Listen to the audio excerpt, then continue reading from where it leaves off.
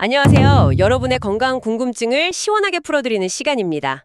오늘은 특별히 60세 이상 되신 우리 시니어 분들을 위한 건강관리법에 대해 좀 깊이 있게 이야기 나눠보려고 합니다. 사실 나이가 들면 젊었을 때랑은 좀 다른 건강 전략이 필요하다. 이런 얘기가 있잖아요. 오늘 저희가 그 핵심만 쏙쏙 뽑아서 정리해 드릴 테니까요. 한번 귀 기울여 들어보세요. 네, 안녕하세요. 정말 중요한 주제인데요. 60세를 넘어서면 우리 몸의 여러 기능에 뭐랄까 좀 변화가 생깁니다.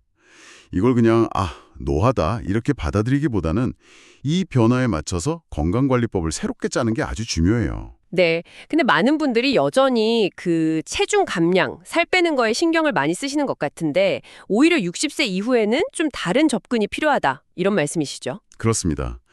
무조건 살을 빼는 것보다는요, 오히려 근력 운동 비중을 확 높이셔야 하고요. 그리고 양질의 단백질, 특히 고기를 충분히 드시는 게 핵심입니다. 근력 운동이랑 고기요. 보통은 좀 피해야 한다고 생각하기 쉬운데? 네, 그게 좀 오해인데요. 나이가 들면 동화저항이라는 현상이 생겨요. 이게 뭐냐면 같은 양의 단백질을 먹어도 젊었을 때처럼 근육으로 잘 안 만들어지는 거예요. 효율이 떨어지는 거죠. 동화 저항이요. 그래서 더 많이 먹어야 한다. 네, 맞습니다. 그래서 의식적으로 더 챙겨 드셔야 근육이 줄어드는 걸 막을 수 있습니다. 근감소증 예방에 아주 중요해요. 근데 고기를 먹는 게 단순히 근육 문제만이 아니라 뭐 씹는 능력 유지, 심지어 뇌 건강하고도 관련이 있다고요? 이게 참 흥미로운데요? 네, 아주 좋은 지적이세요. 고기를 피해야 한다는 건 좀 과도한 지방 섭취를 경계하는 건데요. 살코기 위주의 단백질 섭취는 정말 중요합니다. 특히 이 고기를 씹는 행위 자체가 입 주변 근육을 쓰게 만들잖아요. 이게 구강 노쇠를 예방하는 데 도움이 돼요. 씹는 것 자체가 운동이 되는 거군요. 그렇죠. 씹는 힘이 있어야 뭐 다른 채소나 견과류 같은 건강한 음식들도 잘 드실 수 있게 되고요. 그래야 영양 균형도 맞고 그게 결국 인지 기능 유지에도 꼭 필요한 거거든요. 그렇군요. 정말 중요한 말씀이네요. 그럼 이제 영양제 얘기도 좀 해봐야 할 것 같은데요. 주변에서 뭐 이거 좋다더라, 저거 좋다더라, 권유도 많고 광고도 워낙 많아서요. 이게 진짜 광고처럼 효과가 있는 건가요? 영양제요? 참 많이들 찾으시죠? 근데 건강기능식품은 기본적으로 식품의 범주에 들어갑니다. 의약품이 아니에요. 그러니까 안전성이 최우선이기 때문에 효과 측면에서는 사실 좀 한계가 있을 수밖에 없습니다. 효과가 아주 드라마틱하기는 어렵다, 이런 말씀이신가요? 네, 그렇다고 볼 수 있죠. 예를 들어서 비타민C나 D 관련 연구들을 보면요. 영양제로 먹는 것보다 과일이나 채소 같은 자연식품으로 먹거나 아니면 뭐 햇볕을 쬐는 것 같은 생활습관 개선 효과가 더 뚜렷하게 나타나는 경우가 많아요. 네네. 그리고 요즘 뭐 비싼 치매 신약 개발 얘기도 많지만 연구들을 보면 마인드 식단이라고 하는 특정 건강 식단이 오히려 뇌 기능 저하를 예방하는 데 더 효과적이라는 결과도 있습니다. 마인드 식단이요? 결국은 이것도 식습관이 중요하다는 거네요. 맞습니다. 결국 제일 중요한 건 기본이에요. 비싼 영양제에 의존하기보다는 균형 잡힌 식사, 꾸준한 운동, 충분한 수면, 그리고 스트레스 관리, 이런 기본적인 생활 습관이 훨씬 더 중요하다는 거죠. 네, 정말 기본에 충실하는 게 답이군요.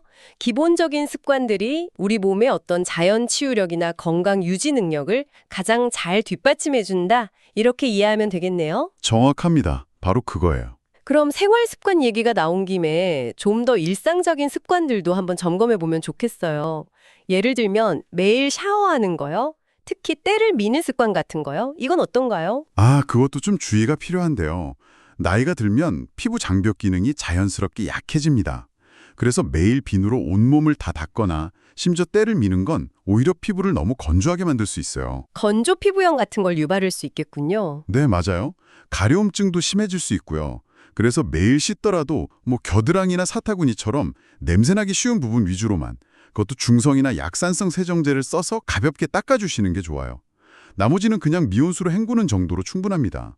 샤워 횟수 자체도 좀 줄이는 게 좋고요. 매일 각박 닦는 게 좋은 게 아니었네요. 그럼 요즘 유행하는 맨발 걷기는요? 이거 건강에 좋다는 얘기 정말 많던데요? 맨발 걷기요? 소위 말하는 그 접지 효과 이런 건 아직 과학적인 근거가 좀 부족합니다. 물론 발바닥을 자극하거나 자연 속에서 명상하는 그런 효과는 분명히 긍정적일 수 있어요. 그런데 주의할 점이 있다. 네, 특히 노년기에는 발바닥에 지방칠, 그러니까 쿠션 역할을 하는 부분이 좀 얇아져요. 그래서 맨발로 딱딱한 땅을 걸으면 충격 흡수가 잘 안 돼서 발목이나 무릎 관절에 오히려 부담을 줄 수가 있습니다. 아, 그렇군요. 그럼 어떻게 하는 게 좋을까요? 그냥 안전하게 신발을 신고 푹신한 숲길이나 흙길을 걷는 것만으로도 충분히 좋은 건강 효과를 얻을 수 있습니다. 꼭 맨발일 필요는 없다는 거죠. 네, 알겠습니다. 간헐적 단식도 많이들 하시잖아요. 이것도 60세 이후에는 좀 조심해야 할까요? 이 부분은 특히 주의가 필요합니다. 간헐적 단식이 젊고 대사적으로 건강한 사람에게는 일시적인 효과가 있을 수도 있어요. 근데 60세 이후, 특히 혈당 조절 능력이 좀 떨어지기 시작하는 분들, 예를 들어 인슐린 저항성이 있거나 당뇨 전 단계인 분들한테는요. 네. 이게 오히려 근육 손실을 확 가속화시킬 수가 있어요. 노년기에는 근육 유지가 정말 중요한데 간헐적 단식은 그 점에서 좀 위험할 수 있어서 권장하기 어렵습니다. 아, 근 손실 때문에요? 정말 조심해야겠네요. 그럼 마지막으로 우리가 건강 정보를 접할 때 어떤 태도를 가져야 할까요? 누가 뭐 먹고 병이 나았다더라 이런 이야기 쉽게 솔깃하게 되잖아요. 맞아요. 그게 참 어려운 부분인데요.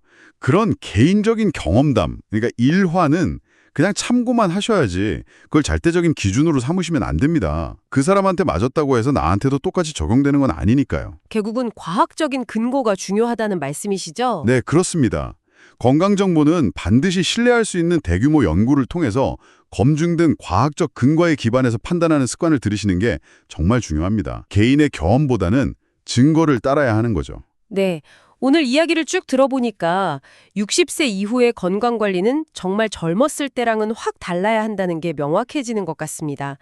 단순히 덜 먹고 많이 움직이는 게 아니라 근력 운동과 단백질 섭취를 강조하고 영양제에 대한 생각도 좀 바꾸고 또 기본적인 생활 습관, 심지어 씻는 방식까지도 내 몸의 변화에 맞춰서 조절해야 하는군요. 맞습니다. 핵심은 그거예요. 변화하는 내 몸의 소리에 귀를 기울이고 최신 유행을 따르기보다는 나한테 맞는 나만의 균형점을 찾는 것, 그게 가장 중요하다고 할 수 있겠습니다. 네. 오늘 나눈 이야기들 속에서 여러분도 이건 꼭 실천해봐야겠다 혹은 이 부분은 내가 잘못 알고 있었네 하고 생각하신 부분이 분명 있으셨을 것 같아요.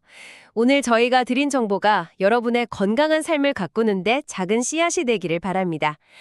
그리고 혹시 영상을 보시다가 더 궁금한 점이 생기시면 언제든지 아래 댓글로 남겨주세요. 오늘 내용이 유익하셨다면 주변의 소중한 분들께도 꼭 공유해 주시는 거 잊지 마시고요. 건강한 정보는 나눌수록 좋으니까요. 다음 시간에는요.